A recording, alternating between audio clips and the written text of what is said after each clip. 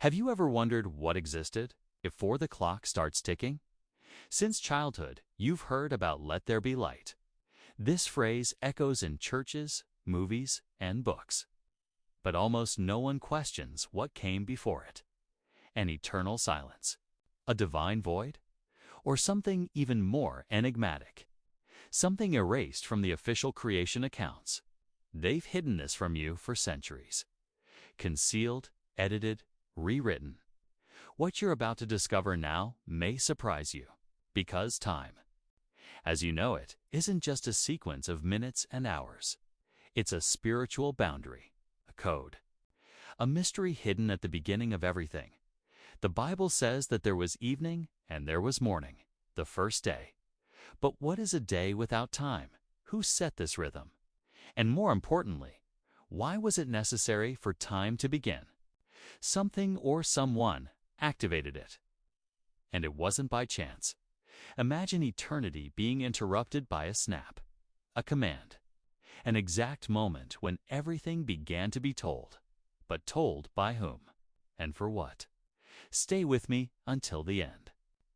Because this story doesn't begin with man, or even with earth. It begins with a silent decree that forever changed the rhythm of the universe. A mystery shrouded in sacred language, celestial codes, and texts that were banned by councils and kings. Have you ever had that feeling that time seems to pass? Or stop? Maybe it's not just an impression. Maybe time isn't just passing. Maybe it's watching. And maybe the moment it began to count was the breaking point between what was divine and what became measured, limited, and imprisoned. You are about to unlock a forgotten enigma secret not shared in schools or pulpits. But it echoes between the lines of Scripture, in the apocryphal books, in the visions of Enoch, and in words understood only by angels. But before Revialing created time, and we did it begin to exist, you need to understand something even deeper. But before Revialing created time, and we did it begin to exist, you need to understand something even deeper. Because we're not just talking about a timeline, we're touching on an invisible wound. The rupture between the eternal and the transitory. When time began to count, something was sealed. A portal was closed. And since then, everything alive, ages. Everything that begins, ends. But what if time is just an illusory cycle, designed to keep us from who we truly were before the countdown began?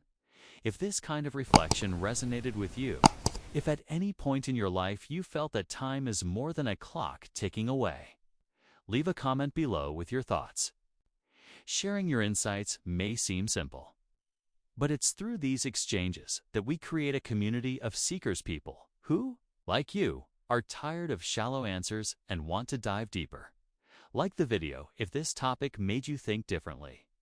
It's not just a button, it's a signal that this type of content needs to continue. When you like, YouTube understands that this message should reach more people, and subscribe to the channel. Because the next episodes will take you even deeper, into the mysteries of creation, into the shadows of the invisible, into the origins of what we call reality. Your presence here is valuable, and it's no wonder you've made it this far in the video. Perhaps you too are ready to discover what's been hidden, well before the first second counts. Now I want to go even deeper into this subject, because this question, which seems simple, is actually one of the most dangerous for those who dare to peer into the backstage of creation. Has time always existed, or was there a precise instant in which it was activated? If eternity was already full, perfect, absolute, then why would something as limited as time need to arise? Think with me. Eternity does not depend on beginnings or endings. It's impliant, untouchable, infinite, unalterable. Time, however, is the opposite of this. It begins, it ends. It measures, separates, limits. Time marks what is falling, us. What is far away off the divine essence? What if time is not a divine invention to bless us, but a consequence of a cosmic rupture? What if it was born not as a gift, but as a boundary? Throughout history, great sages, mystics, and theologians have dared to touch on this point. Many were silenced, because by questioning time, you're not just challenging science or religion. You're challenging the entire structure of known reality. You're asking, what was there before the count? This question changes everything. Because before we counted the days, what did the days count? What was there before the separation between light and darkness, between morning and night, between before and after?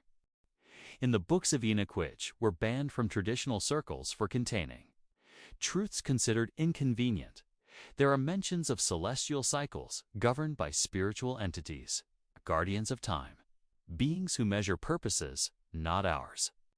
Time, in this context, is not chronology, but consequence. If there was eternity, and it was sufficient. The emergence of time can only indicate unedened.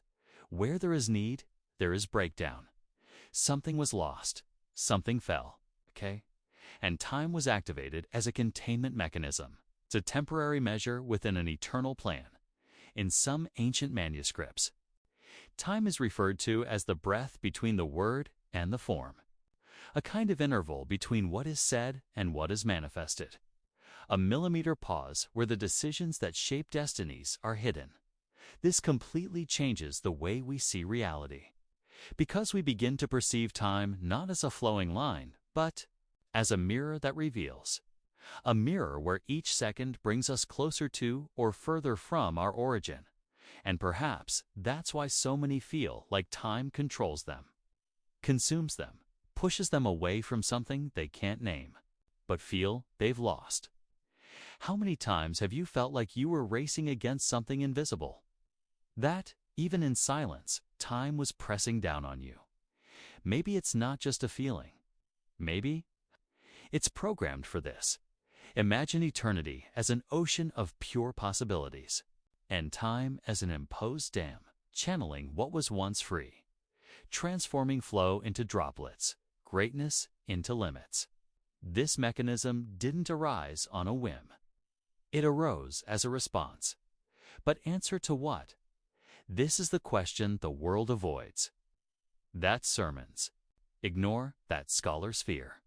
Because in answering it, we touch the deepest point of spiritual consciousness, the realization that we live trapped in a simulation of linearity, while our essence belongs to divine circularity.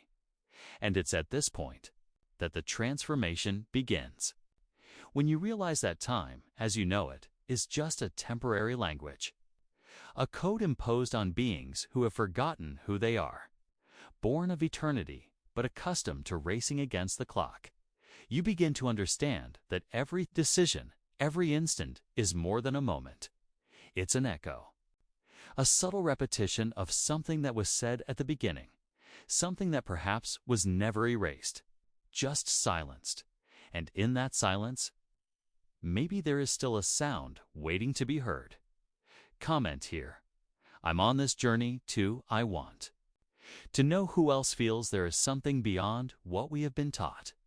Now I want to go even deeper into this subject, because it is precisely in the simplicity of the words there was evening and there was morning, the first day, that one of the most powerful and most misinterpreted passages in the spiritual history of humanity lies hidden. At first glance, it seems like just a sequential account, a way of recording the time of creation. But when you begin to look at it with new eyes, when you change your mindset and allow yourself to delve deeper into the details of this verse, you realize that it's not just about a day, but the birth of time itself. Think with me. If light was called into existence even before the sun, moon, and stars, how could there be evening and morning? What was separating the cycles if the celestial bodies that mark time didn't even exist yet? This is the key point. The light mentioned was not a physical light. It was something earlier, deeper light of consciousness, of order, of distinction between what was and what could become. And when this light emerges, it divides. It separates what was once all in to one eternitide begins to organize it into parts, cycles, stages. This is not just a chronological account. It is a symbolic revelation of the moment when eternity was fractured, when infinity began to be counted, measured, limited. The creation of time, therefore, does not begin with clocks or stars. It begins with a divine decision to divide, to separate light from darkness. And with this separation, the idea of before and after was born. This is the true impact of Genesis. It doesn't just narrate the emergence of the universe, reveals the birth of linear perception. Before that, there was no beginning or end. There was only being. Spirit, the one, but the moment the first day is declared is the same moment the eternal flow is interrupted. And that changes everything, because this means that time is not just a neutral backdrop against which things happen. It is a structure imposed on reality, a symbolic code with a spiritual purpose. What's more, it is a functional entity, capable of creating impact, accelerating or slowing processes, revealing or concealing truths. Therefore, many ancient scholars treated time as a creature, a servant of the Most High with a specific function within the divine plan. This also explains why so many revelations occur in the fullness of time. Because time isn't just quantity, it's a spiritual quality. It's a field of decision where eternity translates into choices. And each decision generates a transformation, an expansion, or a repetition of cycles.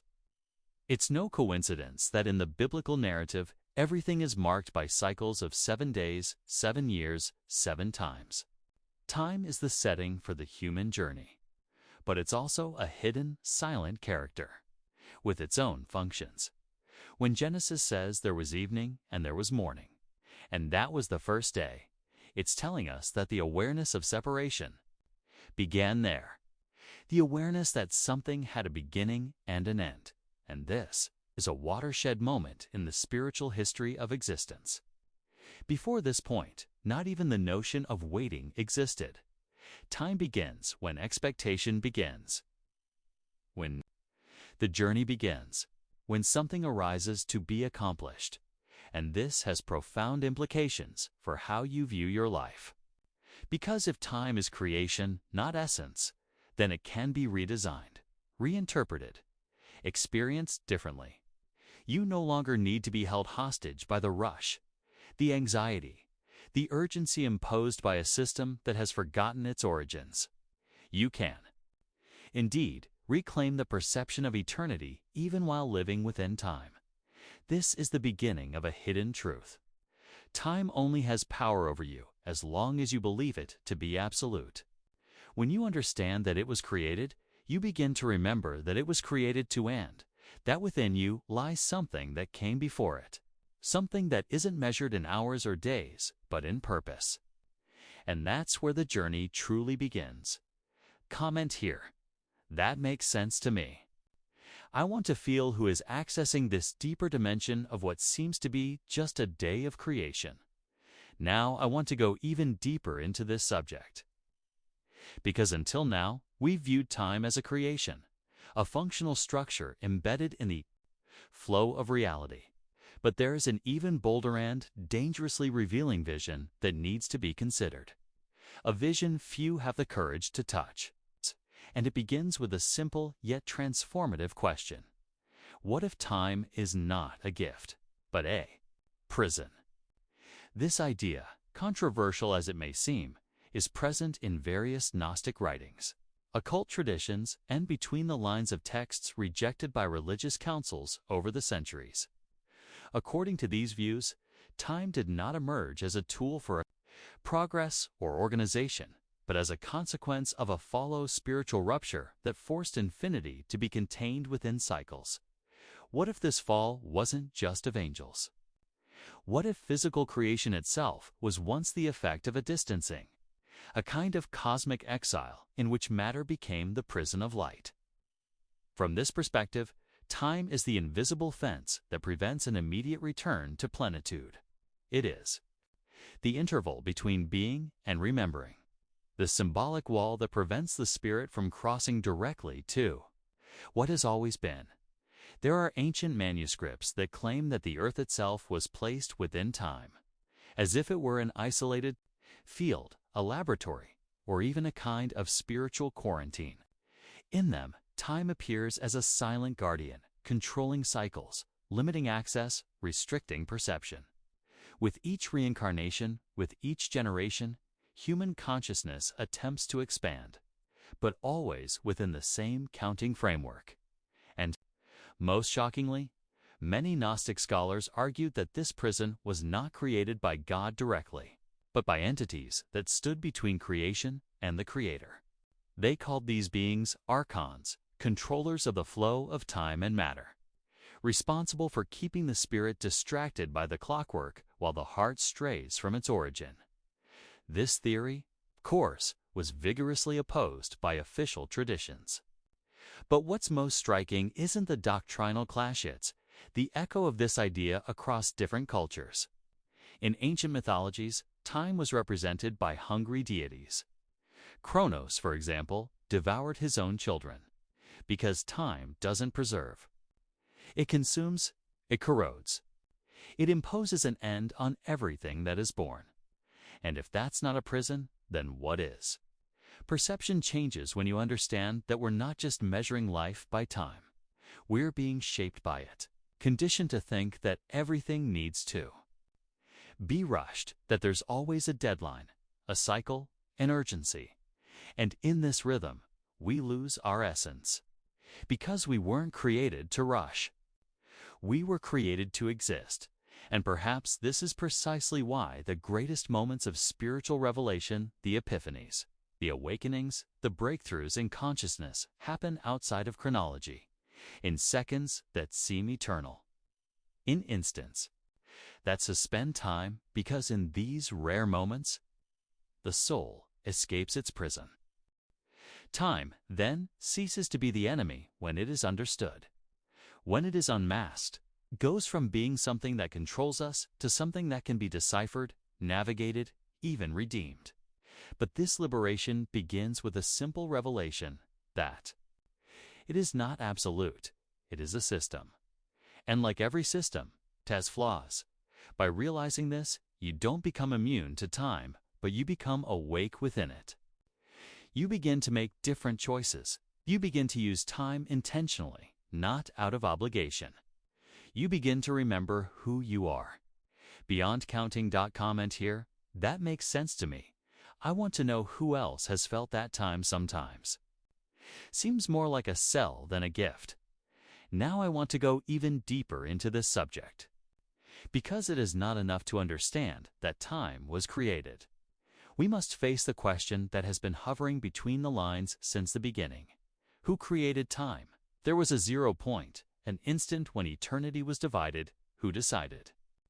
That would be the moment to press the countdown button. This question alone takes us into sacred and dangerous territory. Because, in seeking this answer, we're not just investigating an event. We're approaching a consciousness, and this is where Proverbs 8 becomes crucial. One of the most enigmatic texts in Scripture. In it, wisdom speaks in the first person. She says she was at God's side from the beginning, like a master builder, that before the mountains, the depths, the heavens, she already existed, and that she rejoiced in the children of men.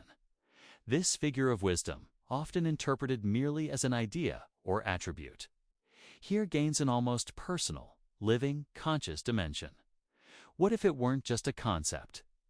What if wisdom were a spiritual entity, an ordering force, responsible for drawing the boundaries and cycles that shaped reality?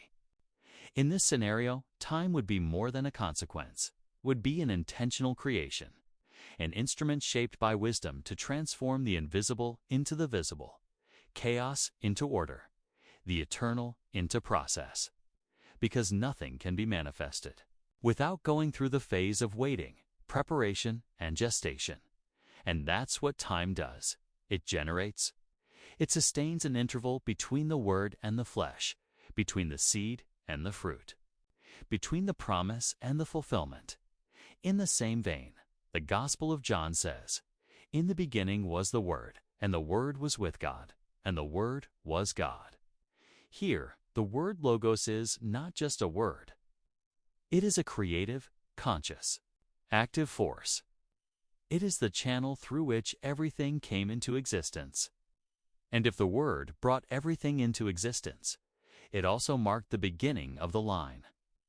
It is the sound that shatters the silence of eternity and creates the first, second, not by accident, but by design. Now, imagine this: wisdom as architect, the Word as builder, and time as structure. An invisible triangle that sustains all creation. And it is in this divine architecture that time comes to exist as an agent. It is not a passive setting, but a necessary component for the Word to become matter.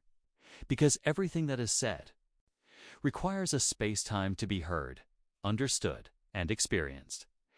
This understanding completely changes our perception of reality.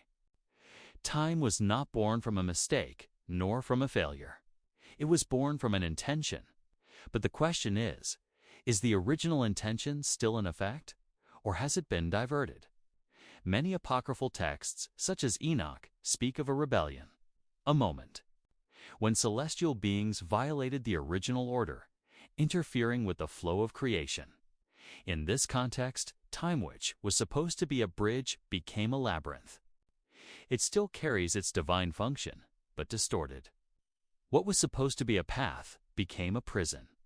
What was supposed to be a cycle of evolution became repetition. And this is where your perception begins to expand.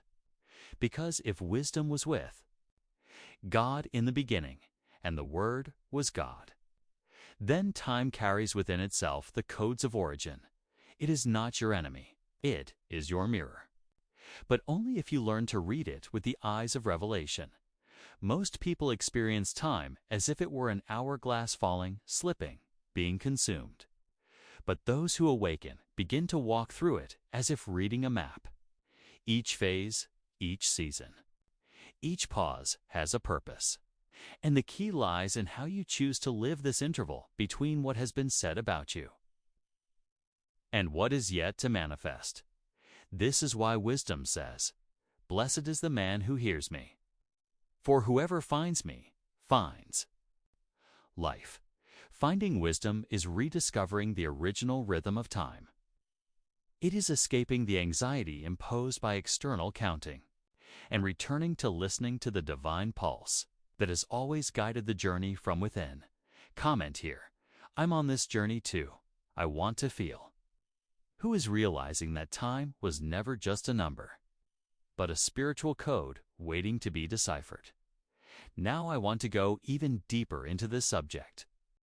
Because it's one thing to talk about time as something created.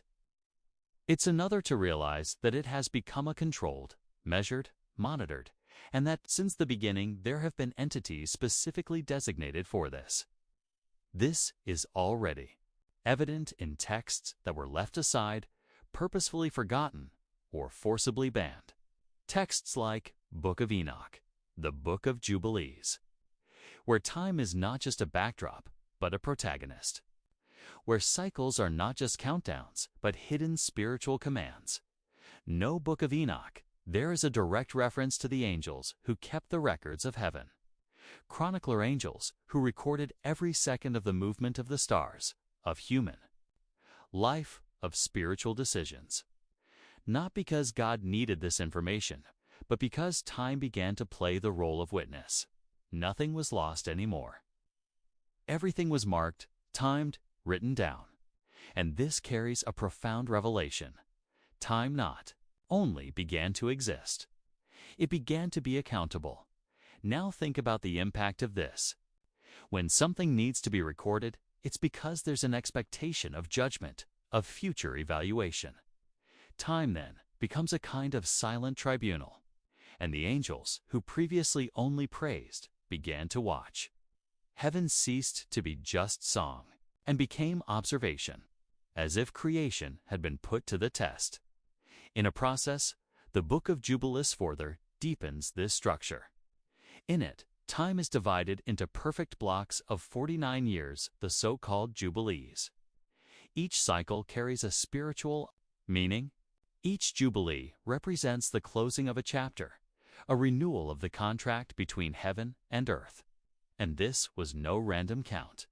It was a divine choreography, a symbolic system of renewal and liberation.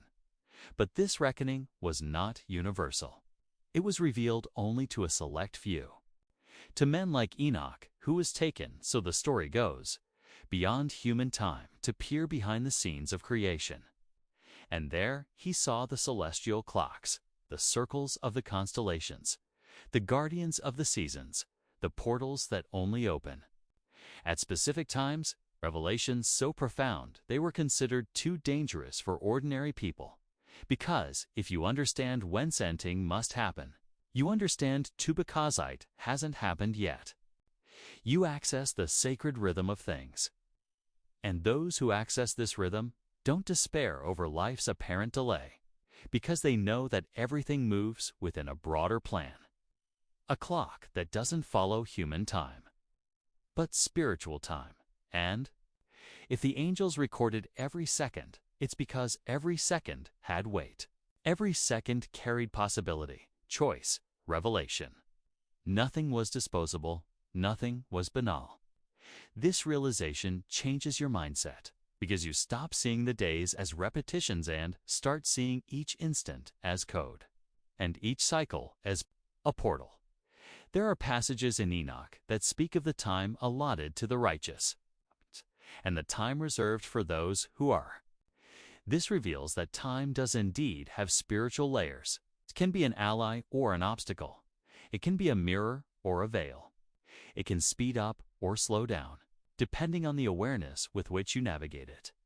This is why, in certain esoteric traditions, time is described as a ladder, and each rung only appears when the previous step is understood. In other words, time doesn't move alone. It responds, it obeys, it waits. It requires a level of perception to be unlocked, and maybe that's why so. Many people feel stuck in phases that seem to never end. Because it's not just about waiting. It's about wake up, and only those who can perceive that cycles are not enemies. They are maps awaken. Every pain, every repetition, every pattern is a message from time saying, it's not the Jubilee yet, but when it is, you will feel it. Because spiritual time doesn't announce dates, it manifests itself in decisions, in sudden clarity, in ruptures that make no sense but liberate. And then the angels take note, because something has been accomplished. Something has been concluded. Something has moved forward. Comment here, that makes sense to me. I want to know who also feels that the cycles of life hide an invisible clock, but perfectly aligned with the soul's purpose. Now I want to go even deeper into this subject, because if until now we've understood time as something created, structured, and even monitored, now it's time to confront its true symbolism. And what we're about to reveal could completely change the way you see the days you live, the cycles you repeat, and even the silences you face. Time, from a spiritual perspective, is not merely a sequence of events.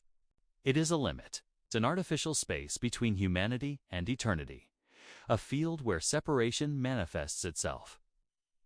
It is the interval between what we were in the beginning and what we can still become again. But this interval is not merely chronologically it. It's existential, it delimits us, it conditions us, and at the same time, it challenges us. In the biblical narrative, time doesn't exist in Eden. Adam and Eve live in a kind of conscious eternity. Only after the fall does the countdown begin. In the sweat of your face you shall eat bread, and death enters the scene. Not just biological death, but the awareness of an end. Time begins there as a constant reminder that something has been broken, And it is precisely this rupture that transforms time into a marker of spiritual longing. Every season, every morning, and every sunset carries the echo of a home left behind. And that is why time affects us so much. It doesn't measure us. It separates us. And yet, time was used as the setting for the plan of redemption. It becomes the stage for waiting, waiting for fulfillment, waiting for restoration. And this waiting, far from being passive, is a journey of rediscovery, of internal transformation, of conscious choices. Because time, despite limiting us also, teaches us, he shows us that there is no rebirth without a process, that there is no revelation without a journey, that there is no fulfillment without first traversing absence. And it is precisely this journey that reveals who understands the language of time and who merely survives it. In sacred and apocryphal texts, we find passages that say, "There will be a time when time will be no more." And this phrase, enigmatic at first glance, is a key, because it shows us that time is a temporary tool. Cycle that exists only until everything is fulfilled, until the plan is complete, until a return to the original state is possible. And what would this fulfillment be? This is the question that haunts scholars and inspires seekers. Some say it is the moment when humanity awakens to the awareness of its origin. Others claim it is when the word "who initiated time" will interrupt it again, and at that moment there will be no more clocks. There will be no more dates, only presence, only essence, only that which never ceased to be. But until then, time marches on, and with it, limits, pauses, silences, losses, encounters, because time isn't just a line. It's a mirror. It shows how far we still are from eternity. And at the same time, it reveals that this return has already begun, because every conscious choice is a crack in the veil. Every act of love, every revelation, every transformation is a reminder that eternity still pulses, even if only in whispers within time. The hidden truth is that time isn't just passing us by. We are being shaped by it, molded, challenged, refined, so that when the countdown stops, we will be able to recognize eternity, not as a destination, but as a rediscovered origin.com in here. That makes sense to me. I want to know who also feels that time is not just a clock, but a symbol of something much bigger that we are still trying to remember. Now I want to go even deeper into this subject, because there is something that still needs to be faced head-on, a provocation that, if you allow it, can completely change the way you live from now on. What if time is not eternal? It seems like an obvious, even logical question. After all, everything we know within time has an end. But when you understand that time itself is a creation, you begin to wonder, will he also have an end?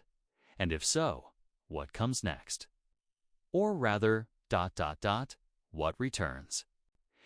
There is an ancient theory, whispered among the wise and discreetly recorded in forbidden manuscripts, that states, time is a parable. It curves, it returns. It does not follow a straight line. When it completes the cycle for which it was created, its very existence will be deactivated, because its function will have been fulfilled. And what comes after that isn't new. It's what it's always been, a state of wholeness without clocks, without agendas, without fear of the end. A kind of consciousness where nothing is lost because everything's simpliant, and perhaps this is the most enigmatic key of all. We don't need to wait for time to run out to access this. We can live now, with the mindset of those who have already returned. This is why so many spiritual traditions speak of the end of times as something more internal than external. It's not the apocalypse of cities. It's the collapse of illusions. It's the moment when the soul awakens and realizes it has been living in a hall of mirrors, that everything was a reflection, a rehearsal, a preparation, and that the real stage has always been within, When you look at human history with this perspective, you notice the signs. The civilizations that rise and fall like waves. The technologies that advance, but fail to satisfy. The crises that recur under different names. Everything indicates that we are in a spiral. A dance within a larger cycle about to close. And perhaps, just perhaps, we are approaching the final second. Not in the sense of destruction, but of reintegration. A return to origin. A silence that precedes a new beginning. The moment when time itself will give way to its creator. And when that happens, what will be left? This is the question that echoes between the lines of every prophecy. Time will stand still, but you? Will you be ready to remember who you were before it started? Comment here. I'm on this journey. 2. I want to feel who is hearing this echo. This call coming from a place that may not have a clock, but carries the truth that counting has never been able to erase. If you've made it this far, it's because this message spoke to something deep inside you. And that's precisely why this space exists, for those who feel there's something beyond what we've been told. So if this content resonated with you, if at any point you thought this is what I needed to hear, leave a like. This not only helps the channel, but also strengthens this network of seekers who, like you, are awakening together. Also, take advantage and subscribe to the channel not as a number, but as part of this journey. 'Cause here, we don't talk about religion. We talk about hidden truth, about transformation, about things that were forgotten and are now being remembered. And if you really walked with me this far, comment below. I'm with you until the end. So I know who are the ones who not only watch, but feel. There's a video right here that complements this dive. Click and stay with me there, because what comes next might be exactly what you've been looking for without even knowing it.